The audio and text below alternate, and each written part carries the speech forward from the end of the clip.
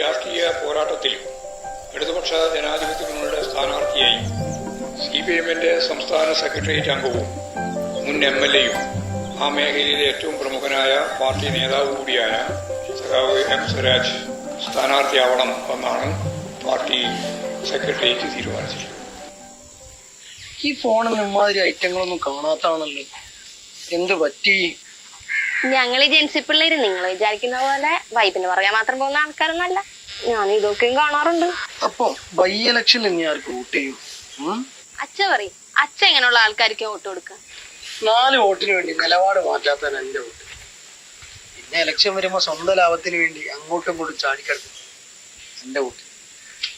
പിന്നെ കുറച്ച് ഐഡിയ ഒക്കെ വേണം. അപ്പൊ പിന്നെ ആർക്കാവും വോട്ട്? ആ ആൾക്ക് തന്നെയോ എന്റെയും വോട്ട്.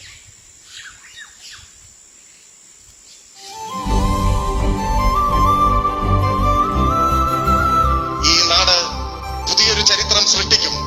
ജനാധിപത്യത്തിനും മതനിരപേക്ഷതയ്ക്കും എന്നെന്നും അഭിമാനിക്കാൻ കഴിയുന്ന വലിയൊരു ചരിത്ര വിജയം ഇടതുപക്ഷത്തിന് സമ്മാനിക്കുന്നതായി ഈ തിരഞ്ഞെടുപ്പ് മാറുകയും ചെയ്യും.